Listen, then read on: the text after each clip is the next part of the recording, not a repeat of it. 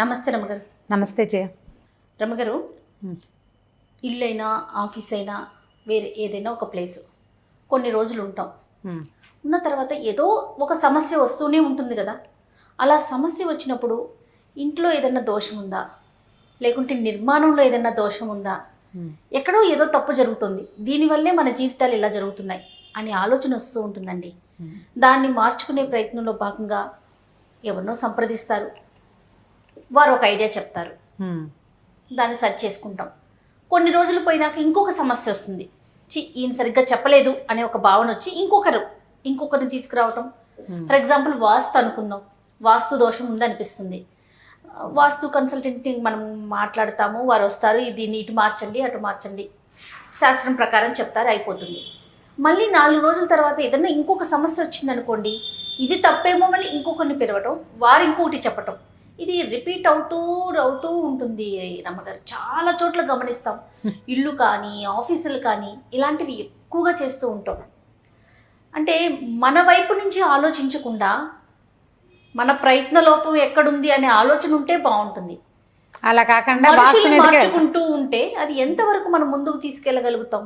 అంటే ఎవరెవరి నమ్మకాలు కదా జయ. వాస్తు మీద నమ్మకం ఖచ్చితంగా నమ్మాలి. శాస్త్రం మంది మనం కాదని లేకపోతే. కాకపోతే ఎలా ఉంటుందంటే నగరాలకి వాస్తు ఉండదు అంటారు. ఇంత ఎక్కువ పాపులేషన్ ఉన్న చోట వాస్తు వర్కౌట్ కాదు. తక్కువ మంది జనాభా ఉన్న చోట వాస్తు ఉండదు. అంటే వాస్తు ప్రకారం మనం చేసుకోలేకపోతామన్నా ఇక్కడ సాధ్యపడదు, ఇక్కడ అవ్వదు. అందుకని ఏదో సూక్ష్మంలో మోక్షం చూసుకోవాలి. ఎలాగా మనకి ఏదో తూర్పు వాకిలని, ఈ శనిలో బరువు పెట్టకూడదని, నైరుతిలో బెడ్రూమ్ ఉండాలని, బేసిక్ రూల్స్ చేసుకోవాలి. తూర్పు గోడకి ఎక్కువ బరువు పెట్టకూడదు. ఇప్పుడు ఈ బేసిక్ రూల్ తోటి అందరిళ్లలో ఇంచుమించుగా అదేదో మేనేజ్ అయిపోతూనే ఉంటాయి.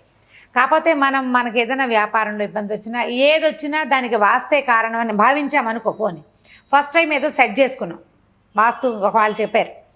ఇప్పుడు ఏ తేడా వచ్చినా మళ్ళీ ఇది కాదని ఇంకో మనిషి జోలికి వెళ్ళకూడదు జయ. ఇప్పుడు ఎట్లా అంటే డాక్టర్ని లాగా, ఇప్పుడు మనకి ఫ్యామిలీ డాక్టర్ ఎలా ఉంటారో ఫ్యామిలీ వాస్తు కన్సల్టెంట్ ఒకరు, వారి ఐడియా ప్రకారం వెళ్ళాలి. తర్వాత జ్యోతిష్యానికి ఫ్యామిలీ జ్యోతిష్యం, వాళ్ళే మనకి మంచి చెడు చెప్తారు. ఇంటికి ఒక పురోహితుడే కదా, పురోహితుల్ని మార్చం. వాళ్ళు మన ఊరి వాళ్ళు, మన వైపు పద్ధతులు తెలిసిన వాళ్ళు ఉంటే వాళ్ళ ప్రకారమే మనం చేసేసుకుంటుంటాం. అట్లాగే వీటికి కూడా ఏదైనా ఖచ్చితంగా ఒక వ్యక్తిని ఉంచుకోవాలి. వ్యక్తుల్ని మారిస్తే ఐడియాలజీలు మారిపోతాయి జయ. దీంతో ఏమవుతుందంటే ఈ మనం రెగ్యులర్ వాస్తు కాకుండా చైనీస్ వాస్తు అదో రకం. తర్వాత ఇంట్లోకి పాజిటివ్ ఏదో ఎనర్జీ వాస్తు ఇప్పుడు చాలా వచ్చినాయి కదా.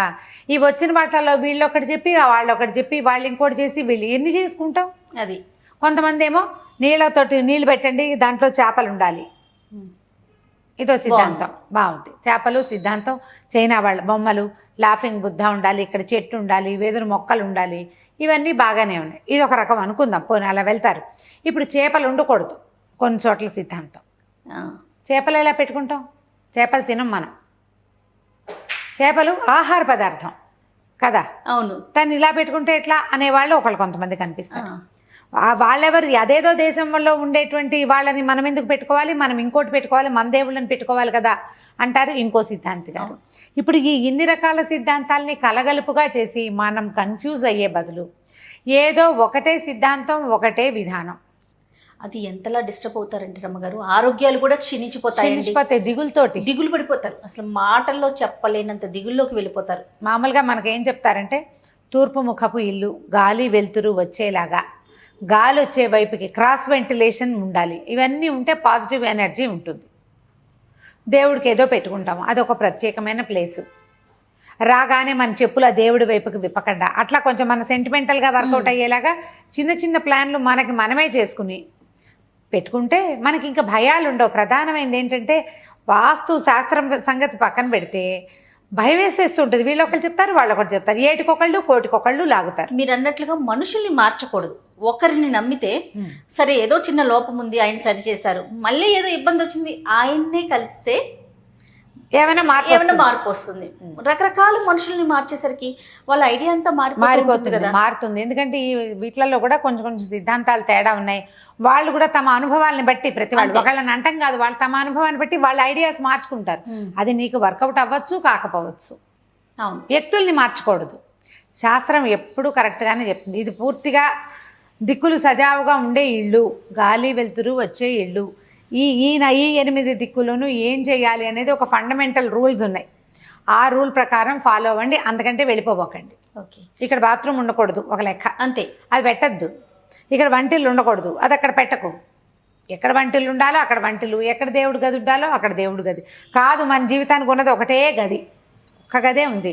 దాంట్లో దేవుడి వైపు ఉండాల్సింది దేవుడి వైపు, వంట వైపు ఉండాల్సింది వంట వైపు పెట్టుకో. వీటితో పాటు అంతే, కరెక్టే రమ్మ గారు. వీటితో పాటు అంటే ఇదేదో వాస్తు బాగోలేదు కాబట్టే మా జీవితం ఎలా వెళ్ళిపోతుంది అనుకునే కన్నా మనలో మనం ఏం మార్పు చేసుకోవాలి, అది ఆలోచించాలి. ఎక్కడ తప్పు జరుగుతోంది, ఎక్కడ ఒప్పు జరుగుతోంది అనే ఆలోచన కూడా ఉండాలి కదా. ఉండాలి. ఇప్పుడు ఎందుకంటే మన పరిస్థితి బాగుండలేదు, పిల్లలకి చదువు రావలేదు, మన ఒక వ్యాపారం ఇబ్బందిలో ఉంది, లేదా ఉద్యోగం పోయింది, మనకి డబ్బులు రావట్లేదు, అనుకున్న పని ఏది అవ్వట్లేదు అంటే మనం మొదట అనుకునే పాయింట్ ఇల్లు, ఈ ఇంట్లో ఏదో ఉంది ఒకటి. రెండోది మన జాతకం, మన గ్రహదోషాలు, ఇవి కాకుండా మన యాటిట్యూడ్ ప్రధానం అది కదా. ఈ యాటిట్యూడ్ సెట్ అయిపోతే మనం సజావైన ప్రవర్తన కనుక ఉంటే ఇందులో మిగిలిన ఉన్నాయి చూసావా, ఇవన్నీ సెట్ అవుతాయి. మనం ఒక్కళ్ళం సరిగ్గా ఉంటే ఇవన్నీ కూడా అవి ఎట్లా సెట్ అవ్వాలో ఆటోమేటిక్గా అట్లా సెట్ అవుతాయి. కానీ ఒకటి ఉంది చూడండి రమ్ గారు, వీటి వైపు ఆలోచించలేకపోతామండి. మన వైపు ఎక్కడ తప్పు జరుగుతోంది, నేను ఇంకొంచెం ఎక్కువ కష్టపడాలా, ఇంకొంచెం తెలివిగా ఆలోచించాలా అనే వైపుకు వెళ్ళదు దృష్టి. ఎంతసేపు ఇది వాస్తు బాగోలేదేమో, దీని ఎఫెక్ట్ నన్ను తన్నేస్తోంది అనుకుంటూ ఉంటాం. అంటే మనకి ఎట్లా ఉంటుందంటే జయ, ఏం జరిగినా అవతల వాళ్ళదే తప్పు అనే భావన, ఇదే తప్పు ఇంట్లోనే ఉంది, వాటిలోనే ఉంది. పొద్దున్నే ఏదో నువ్వు బయలుదేరావు బయటికి, ఎవరో ఎదురొచ్చారు, నీకు అక్కడ పని అవ్వలేదు. పని అవ్వకపోవడానికి అక్కడ బోల్డ్ ఎలిమెంట్స్ ఉన్నాయి.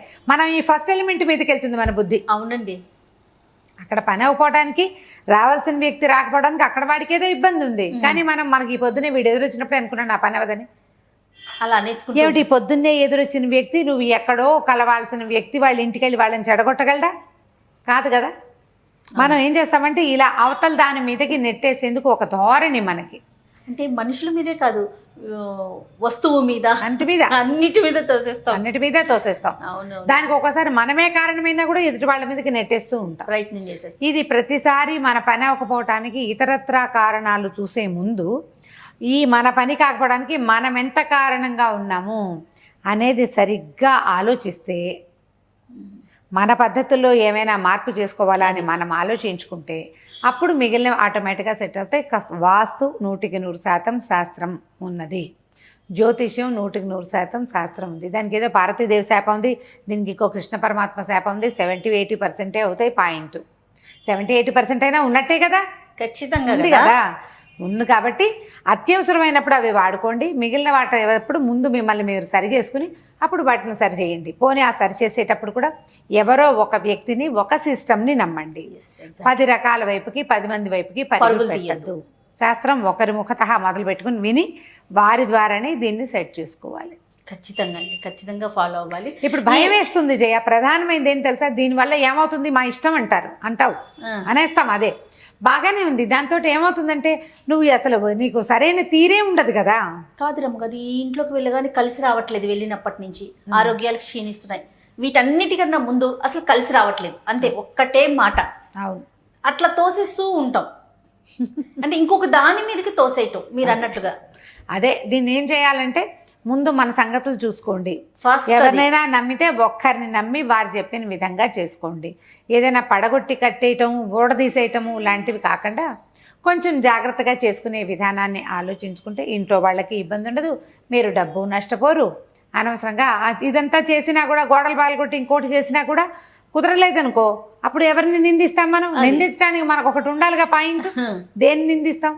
అప్పుడు మన కర్మ అనుకుంటాం. అదేదో ముందే అనుకుంటే గోడ అయినా మిగులుతుంది. ఖచ్చితంగా రైట్ అండి, మీరు అన్నట్లుగా శాస్త్రం ఉంది, కానీ ఒక వ్యక్తిని నమ్మి దాన్ని బట్టి ముందుకు వెళ్తే బాగుంటుంది, కొంచెం ప్రయోజనం ఉంటుంది. అవును, రైట్ రమ్మ గారు, నమస్తే. నమస్తే జయ.